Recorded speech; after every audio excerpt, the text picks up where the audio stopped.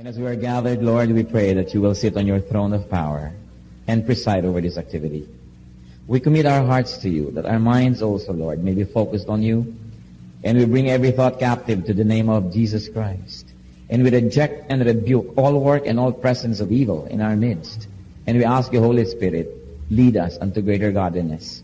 Give us eyes that see and ears that hear. And make our hearts as fertile grounds for the words that may be planted, may take roots, and grow and blossom into flowers and fruits. Father, we are your people. We recognize no other God. And so we ask you, preside over us, lead us, teach us, and may we not only increase in knowledge, may we not only increase in understanding, but indeed, O Lord, as we depart from this place later on, may we have been touched by you, so that we may be more and more like your Son, Jesus. Lead us. We praise you and thank you, and we pray in Jesus' mighty name. Amen. The three persons in the marital configuration are all very interesting. Tatluhan dapat sa love affair. Parang may nakakunot na, bakit naman trilogy agad? Dapat kaming dalawa lang. Meron pong tatlong karakter dapat sa pagsasama ng mag-asawa para ito magtagal. At hindi lang magtagal, ito ay maging maganda, makulay, mabulaklak. Unang-una, of course, not necessarily in order of importance, is man. The man, the male part of the marriage. In Genesis 2:18 in the Bible, the Lord God said, "It is not good for a man to be alone. So I will make a helper suitable for him." So the first person in this whole partnership is man. And of course, the second person is the woman. That's why in the first marriage that the Lord himself authored in Genesis 2:22, then the Lord God made a woman from the rib that he had taken out of the man, and he brought her to the man. So dalawa na. And you would think kompleto na yung marriage. Meron pa po. The more important part of this partnership is God himself. Marami pong mga marriages ngayon nagkakagulo kasi yung babae lang at lalaki, hindi nila naisasali ang Diyos. Pag gumagawa ng mga desisyon, sila lang nagde-decide, o yung babae lang, o yung lalaki lang, hindi kasali ang Diyos. O kaya lumalabas sila sa mga kautusan ng Diyos, kaya nagkakagulo. If we're going to review all miseries of husbands and wives, mostly they come from leaving God out. Except if they were very godly but going through trial, which is another story. So ang Diyos is the third person in marriage. Dahil unang-una, siya ay creator. There could have been no marriage without creators, without the Creator himself. So Genesis 1:27, so God created man in his own image. In the image of God, he created him. Male and female, he created them. As Creator, God is the author and sustainer of the union and the marriage of man and woman. So Matthew 19:6 in the New Testament, it says here about people who are married, so they are no longer two, but one. Therefore, what God has joined together, let man not separate. So ang Diyos pala ang nagtatali ng kasal ng matrimonyo. Ang Diyos mismo, wala nang iba. And God, because He is authority and above all authority, sometimes can be represented by legal personages or by religious leaders. And these are the ones who complete the signing of the documents. So a man, a woman, and a religious leader or a legal civic government personage, representing the economy, the power, the system, the government of God. So, man, as we see here, was made in God's image. Ang ganda-ganda po ng sequence ng thought. Pagka pinag-aralan natin mabuti yung Genesis, God created man in His own image. And then He says, male and female, He created them. So man is part of God's image. Woman is another part of God's image. But man and woman together in matrimony gives you an image of God's unity and completeness. In other words, sabi nila, a man doesn't find completion until he finds his missing rib. It may be very poetic, and up to a great extent it can be true, but of course it's not absolute. However, what we're saying is, man was made for woman and woman for man. To the point, sabi nila, magkaiba. Yung lalaki daw, mostly, umaandar intellect, yung women, intuition. Kahit magkatabi sa upuan yung babae at lalaki, magkatugma. Di po ba? Yung mga lalaki, maliliit ang hips, babae mas malaki. Yung lalaki naman, laki-laki ng shoulder. Ang babae naman, maliit ang mga shoulder. Subukan yung pagtabihin ng dalawang babae, siksikan masyado. O dalawang lalaki, for that matter, hindi mo malaman kung saan dadalhin yung balikat mo. Kahit sa ganong configuration, talagang alam natin, they were made one for each other. And it is in the partnership of man and woman, in the context of marriage, that humanity finds completion.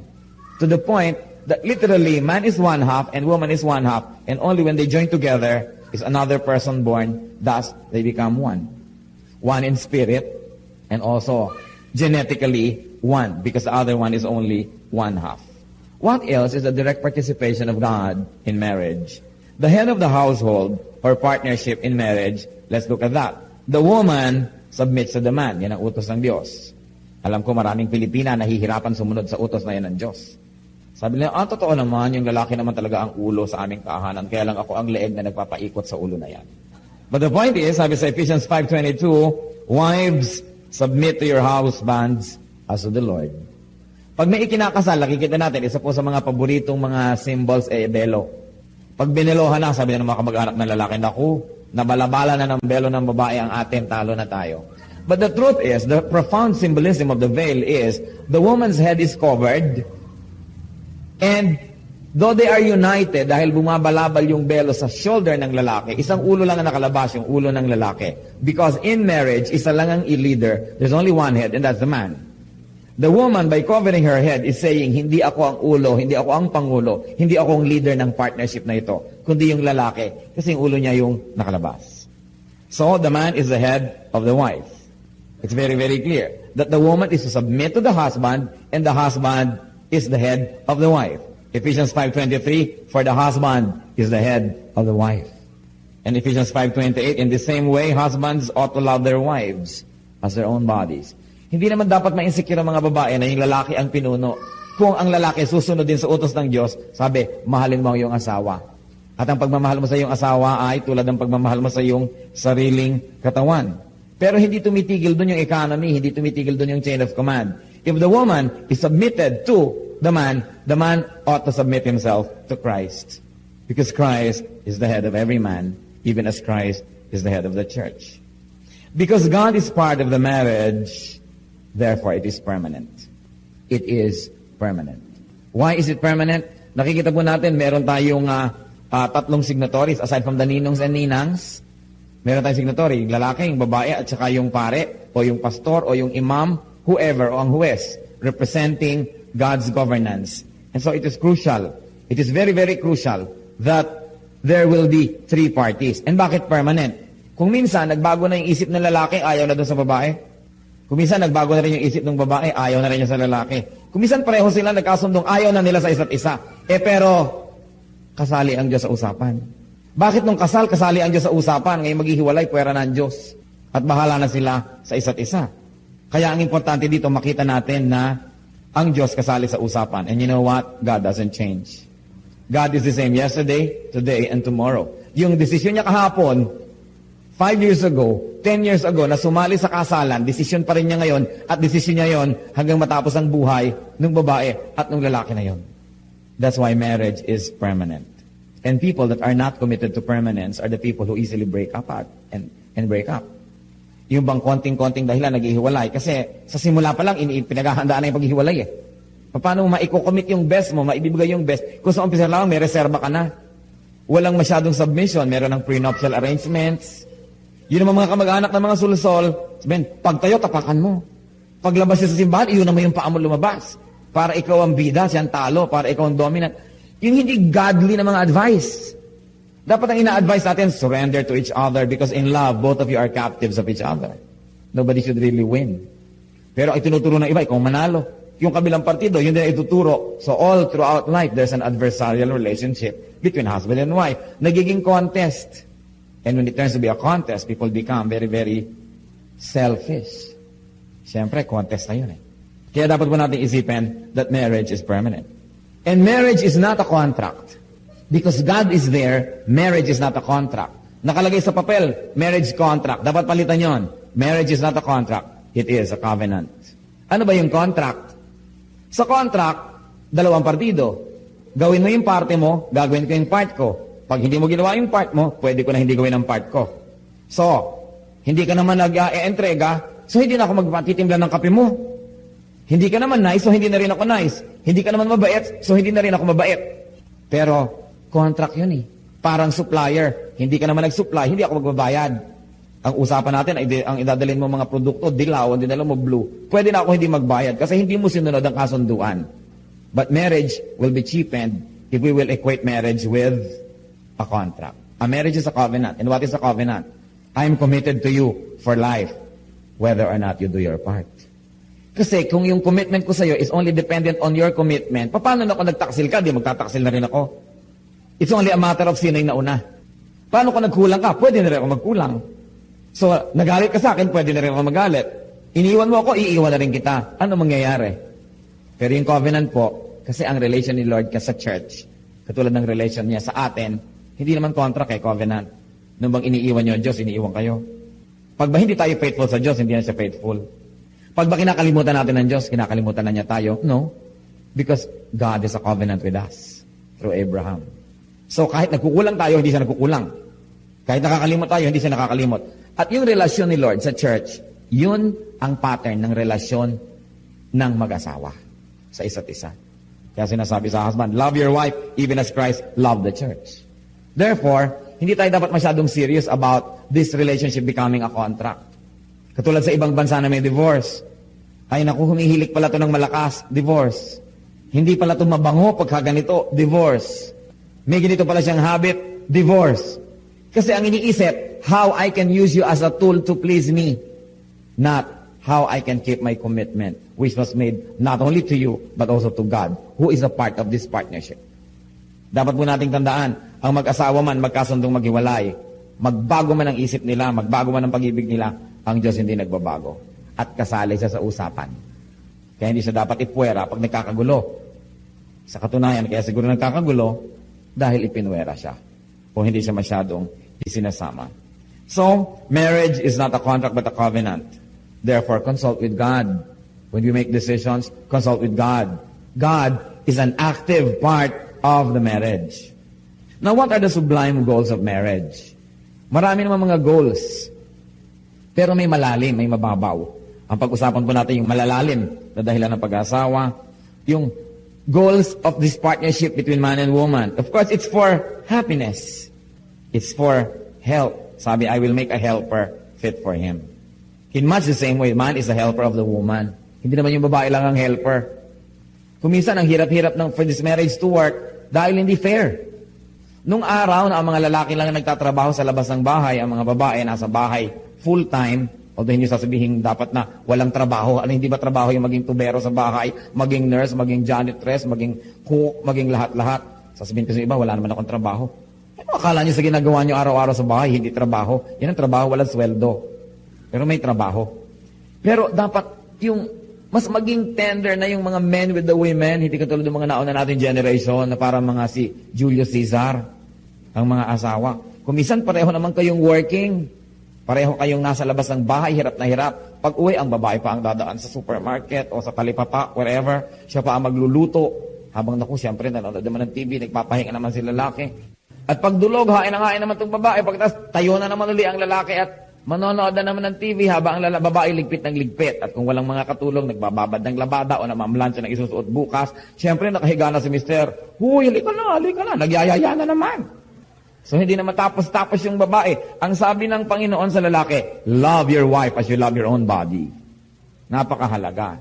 Mabuti ng mabuti kung full-time housewife, ay kumisan hindi na uso ngayon yun eh. Because of the needs ng pamilya, parehong merong trabaho. Therefore, dapat nagtutulong. Hindi nababawasan ng pagkamacho kung naghuhugas ng plato. Hindi nababawasan ng pagkalalaki kung nag-aalaga ng bata.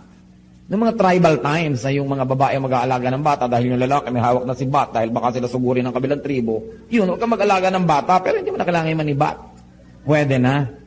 Kaya napakahalaga po yung ganon yung nag-evolve na definition natin ng relationship. Actually, hindi naman kailangan mag-evolve eh. Balikan nyo lang yung tinasabi sa Bible. Kaya lang napakalayo natin kumisan sa sinasabi ng salita ng Diyos. Kumisan tayo napaka-relihiyoso pero malayo tayo sa salita ng Diyos. Religiosity and spirituality are seldom the same. And it's very important to go back to the basics of what the Bible teaches us. So that's a sublime goal, to be happy. And another sublime goal of the partnership is, of course, procreation, raising up a family. To populate the earth, not with just earthlings, to populate the earth with worshipers. Bakit ba nilikha ng Diyos ang tao? Para siya worshipin. So dapat, habang pinaparami ang tao sa planeta, dumadami ang worshiper. Therefore, it becomes a divine obligation of man and woman, husband and wife, not only to raise up children, not only to raise up intelligent children, but to raise up godly worshipers. It's important. If you don't win for Christ, the youth, early on, they can become your enemies tomorrow. And the gravest enemy can come from your very own household. That's why we've got to go back to the very basics of what God's Word teaches us. What about man and woman with God? Kanina kasi man and woman lang eh. Ano ba yung goal nila together? Now, man and woman on one part and with God. Ano ba yung goal? The goal of marriage is worship. Bakit ba binigyan si Adan ng babaeng makakasama? Para makatulong sa kanyang pagmamanage ng resources ng planeta, para makasama niya sa pakikipag-fellowship sa Diyos, para makasama niya sa worship. It's very crucial. What else? Man, woman, with God. The higher goal of marriage is righteousness and holiness. Bakit? Sabi ni Paul. Si Paul kasi single eh. Sabi niya, well, yung mga gusto sa inyo mag-serve kay Lord nang wala ng mga iba pang aalalahanin, I suggest you stay single. But, sabi niya, if you are aflame with passion to the point that you will commit sin, marry. Ibinigay yung institution of marriage para yung ating very legitimate physical needs and physical desires may be met. Wala nang excuse ang isang taong may asawa na humanap pa ng physical pleasures outside of the marriage, kaya nga siya binigyan na ng asawa. It's already a perversion of God's design when any part of this partnership begins to look for physical fulfillment outside of marriage. Sa Leviticus 11:44, sabi ng Panginoon, I am the Lord your God, consecrate yourselves and be holy, because I am holy. So isa yan, higher goal, worship, righteousness, holiness, and also fellowship. Fellowship with God. Man and woman together, fellowshipping with God. Hindi yung woman lang ang fellowshipping with God. Dito sa ating bansa, merong kakatuwang hang-up ang maraming kalalakihan na ang relihiyon pambabae. Kaya magpupunta sa church ang buong pamilya, pagka masermon na labasan ng lalaki, maninigarilyo sa labas. Merong mga padasal-padasal ang mga pamilya, pag magdadasalan na, maglalabasan na yung mga lalaki, ang matitira yung mga babae at bata. Parang ibinibigay natin yung spiritual leadership sa family sa babae. Hindi yun ang utos ng Diyos. Ang inutusan ng Diyos na maging spiritual leader ng pamilya, yung lalaki. Society is in disarray because men and women are abandoning their God-given duties and positions. So, man and woman together should fellowship with God through prayer, through devotion, through service. One of the deepest ways to fellowship with God is to do His work side by side with Him. Kung minsan iniisip natin, paano ba ako makikipag-fellowship sa Diyos? Paano ba kayo makikipag-ulayaw sa Diyos? Naroon na magdasal, naroon ang manahimik, naroon ang kumanta. Lahat yan maganda. Pero wala pong mas malalim na paraan ng pakikipag-fellowship sa Diyos kesa gawin mo yung trabaho ng Diyos. To seek and to save the lost. Para yung mga ibang working mothers, hindi sila naiintindihan ng mga anak nila. So sometimes, dinadala nila yung anak nila sa office o sa workplace. Because once they get to the workplace, the children begin to understand what their mothers do outside the house. And because of that, they have familiarity with what she does, mas naiintindihan nila. Lalo naman kung yung ginagawa ng isang tao, gagawin din natin. That's why social scientists, sociologists, social workers have their what they call immersion. Nakikisama sila sa mga taga-baryo o fishermen o taga-squatters o whatever para yung lifestyle nun maintindihan nila because they work side by side with them. Gusto nating maintindihan ng Diyos, gusto natin siyang makilala ng mas malalim, sumama tayo sa kanyang trabaho. Maglingkod tayo sa kanya ng tapat. Sumama tayo sa kanyang ministrations and we will fellowship with Him in a deeper way. Not all religious services are godly services. Kaya kailangan, hihiwalay po natin yung religion from spirituality. Yung iba naman, habit na lang. Yung iba na lang, nakasanayan. Yung iba, aattend ng religious services para lang umattend ng graduation o laureate o whatever. Nandun lang sila dahil sanay nang nandun. Pero pag uwi, tanungin mo, anong natutunan mo? Ewan. Tungkol sa Diyos. Walang masabi. Paano lumilipad ang isip habang nasa loob? Kaya napakahalaga po that we not only become religious, but we really become spiritual. That we should know God, that we should know the Bible more. Ignorance of the Bible is ignorance of God. Because what we ought to know about God is revealed in His holy word. And then, ultimately, what is the final goal of this partnership between man and woman, and then between these two and God? Eternal life with Christ. Yung pag-aasawa is a sample of completeness. Di po ba kulang nga yung lalaki, kulang yung babae, so the Lord deemed that they should be together in marriage para maranasan naman nila, sample pa lang, parang patikim, yung ibig sabihin na maging complete. And that is meant to make man and woman long for the real and deeper sense of completeness, and that is eternity with God. Kung nasasarapan kayo na may kasama kayong asawa, dapat yun lalong maging dahilan para tayo maghangad na makasama natin ang Diyos. Kasi yung kapwa mo lang tao na may pagkakamali, may pagkukulang, masarap kasama. Yun is meant to tell us what we're missing, na lalo naman ang Diyos. Kaya yung pagsasama ng mag-asawa is meant to prepare them for eternal life. Eternity is very important.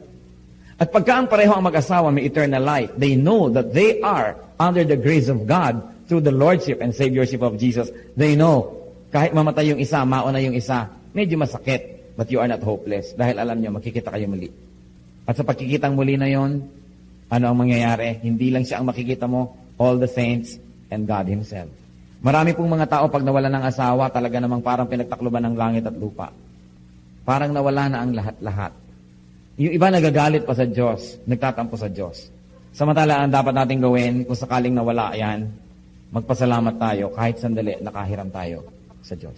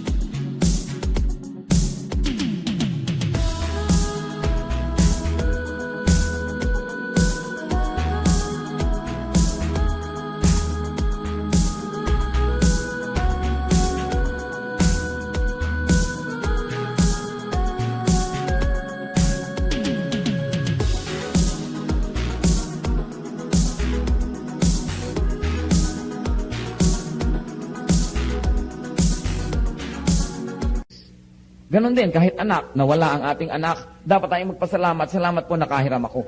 Dahil hindi naman kayo ipinanganak na may kasamang asawa. Hindi naman kayo ipinanganak na may kasamang anak. We brought nothing into the world. That's what the Bible says. And we will bring nothing out of the world. So whatever we enjoy is only borrowed from God. Hiram. Yung mahatagal na pinahiram, sa halip na magpasalamat nung binawi ang pinahiram, nagalit at nagtampo pa. Kaya dapat po iniisip natin yun. Kung nagkakaroon ako ng very special joy and sense of completeness dahil may asawa ko, ano pa kung si Kristo ang aking kasama? Ano pa kung si Kristo ang aking kaulayaw? Sabi sa John 3:36, whoever believes in the Son has eternal life, but whoever rejects the Son will not see life, but the wrath of God remains in him.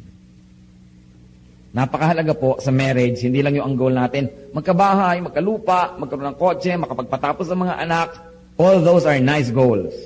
But remember, no matter what you do, life will end. Life on earth will end. Kung nung araw nag-aral kayo, pinaghandaan nyo ang magiging kurso nyo, nag-invest kayo ng panahon sa pag-aaral, pagkatapos pinaghandaan nyo rin ng pag-aasawa, yung iba nag-save, talagang gumawa nito at gumawa niyan para maging handa, di lalo naman dapat natin paghandaan yung walang katapusang eternity. Kung saan hindi lang tao ang ating makakaulayaw, kundi ang Diyos mismo. But let us not delude ourselves. Dalawa naman ang destination, heaven and hell. Hindi ko mo may namatay, ay kasama na siya ng Diyos. Hindi natin pwedeng sabihin yon decisively. Kumisan alam nating pampakonsuelo lang para lang yung mga sugat ng ating puso ay medyo maghilom. Pero alam natin na may impyerno at may langit na dapat paghandaan. One of the best things na pwedeng ipundar ng mag-asawa. Hindi bahay, hindi lupa, eternal life. Para sa kanila, at para sa kanilang mga anak. Para sa lahat ng mga tao na i-influensya nila.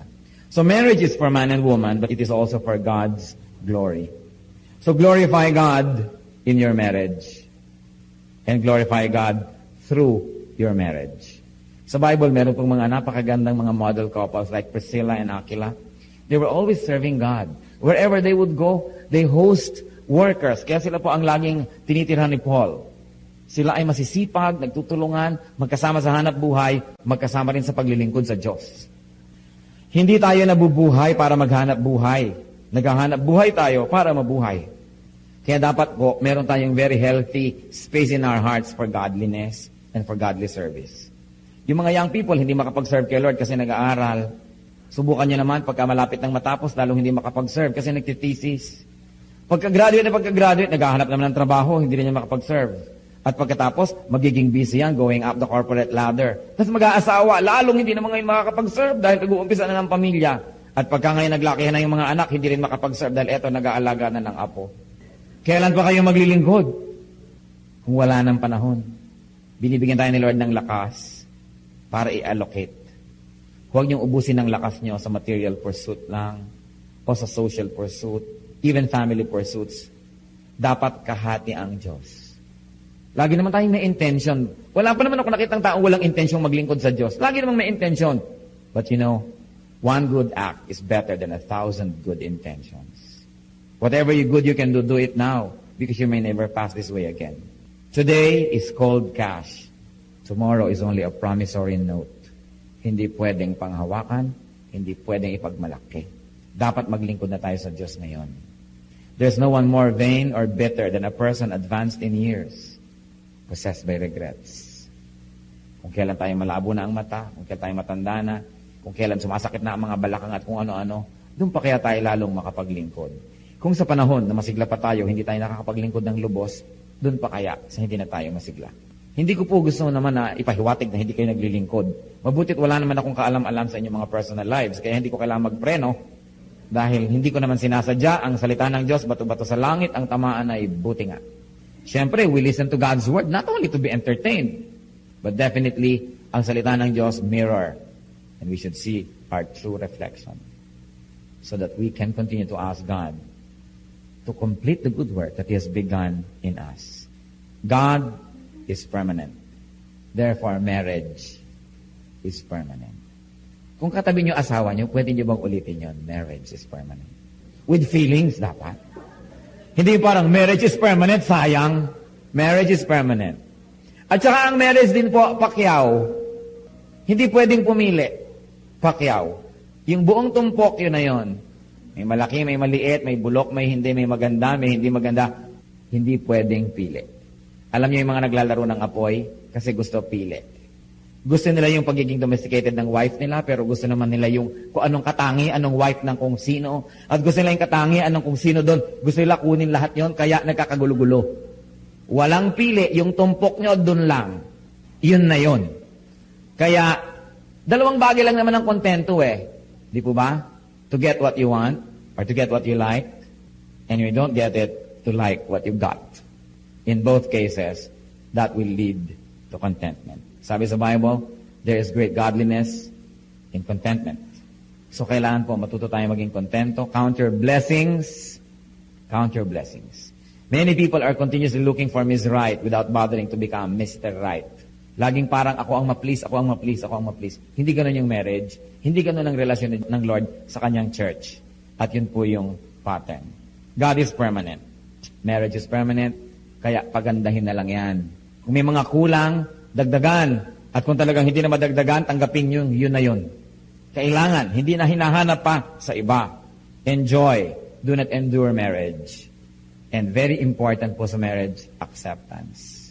Mapapansin niyo siguro, hindi kayo siguro magdi-disagree, sa pagtagal ng panahon, yung akala niyong pinakasalan niyo, iba pala. Meron din pala kayong mga illusions about the person, hindi pala siya yung totoo. So, nadidiscover niyo yung totoo, at yung totoo na yon, patuloy na nagbabago. Yung totoo 5 years ago, hindi na rin totoo ngayon. Halimbawa, 5 years ago, meron pa siyang kilay, ngayon, drawing na lang. Ganun talaga ang buhay. Nagbabago. Nung pinakasalan niyo siguro, close-up smile, ngayon, nakababad na sa baso ang ngipin. Kasali yan sa pagbabago ng mundo. Napaka-unfair eh. Napaka-unfair ng ating concept of beauty. Para sa atin, ang maganda yung nagtatagumpay labanan ng force of gravity.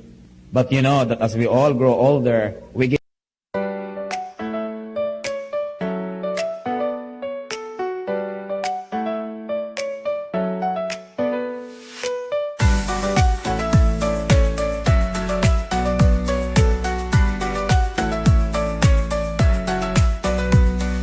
Raindrops falling down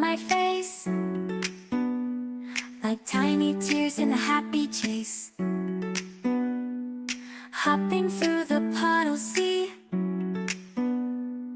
colors dancing wild and free. Skies are gray but I don't mind, cool raindrops on my skin I find, kicking off my Saturday, watch the clouds just drift away. Rainbow in the rain, what a sight, colors shining oh so bright, dancing in the streets so bright, everything will be alright.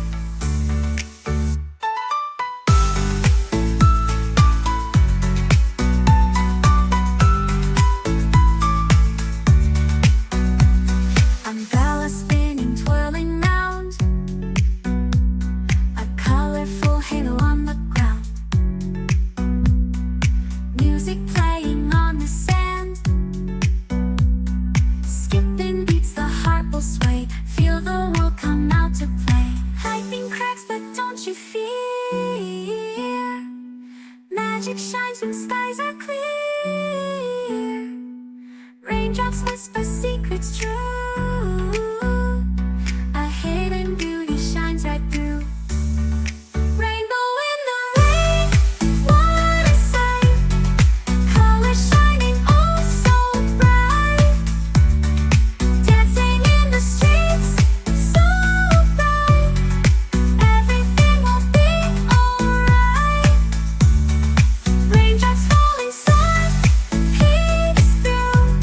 peeks through, rainbow magic me and you, smiling faces, hearts alight, everything will be alright.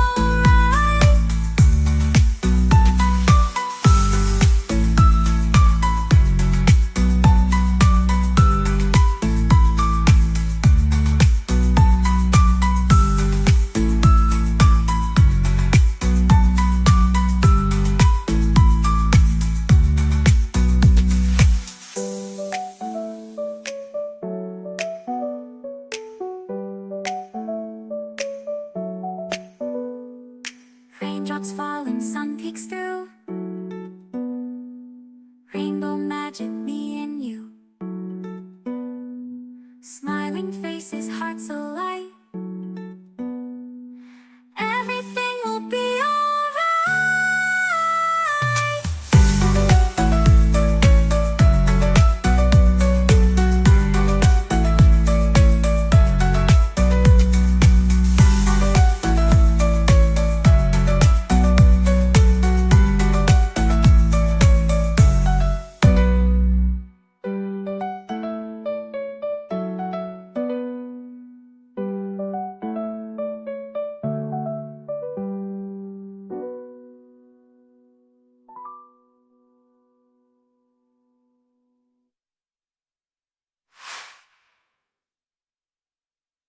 Give in to the forces of nature, one of them the force of gravity.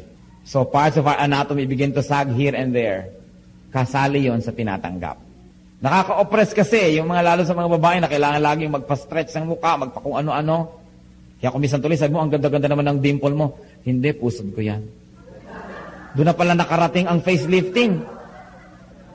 Tuloy kahit tawa na malakas, hindi na makatawa dahil matipilas ang pisngi. Di po ba nakaka-oppress? That's why, sa mga kapwa natin lalaki, dapat paalala.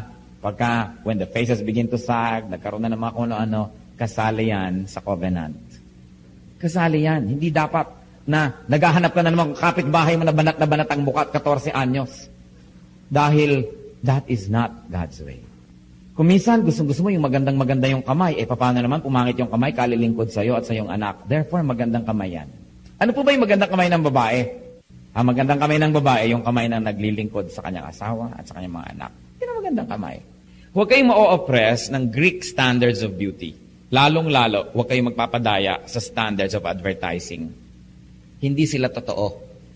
Kahit yung mga model, kutakot-takot na makeup at lighting pa ang ginagawa bago kunan niya ng litrato. Huwag kayong magpa-oppress.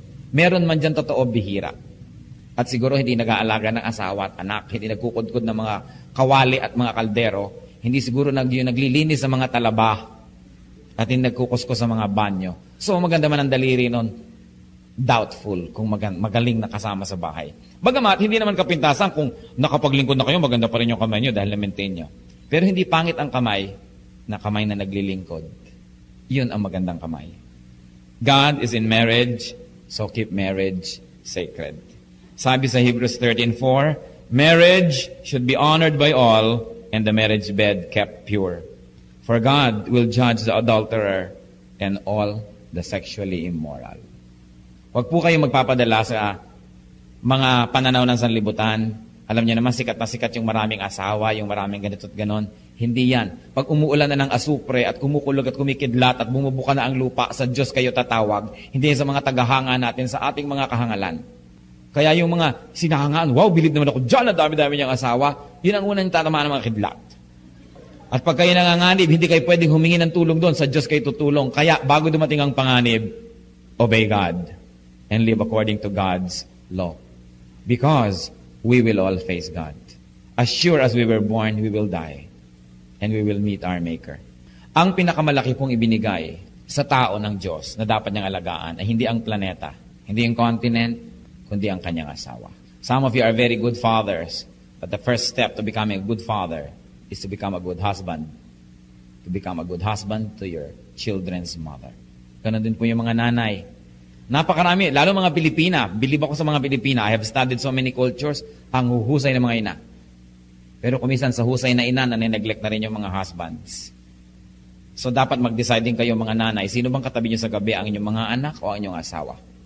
Kasi para kumisan mga inahing manok, nakapaligid lahat ang mga ano dyan, kaya naaapektuhan tuloy yung personal relationship ng mag-asawa. Kaya mag-decide kayo, magiging ina ba kayo o asawa? Tatandaan nyo, asawa muna kayo bago kayo maging ina. At ganoon din po yung mga lalaki. Asawa kayo bago kayo maging ama. Yung mga anak, dagdag lang yan ng Diyos.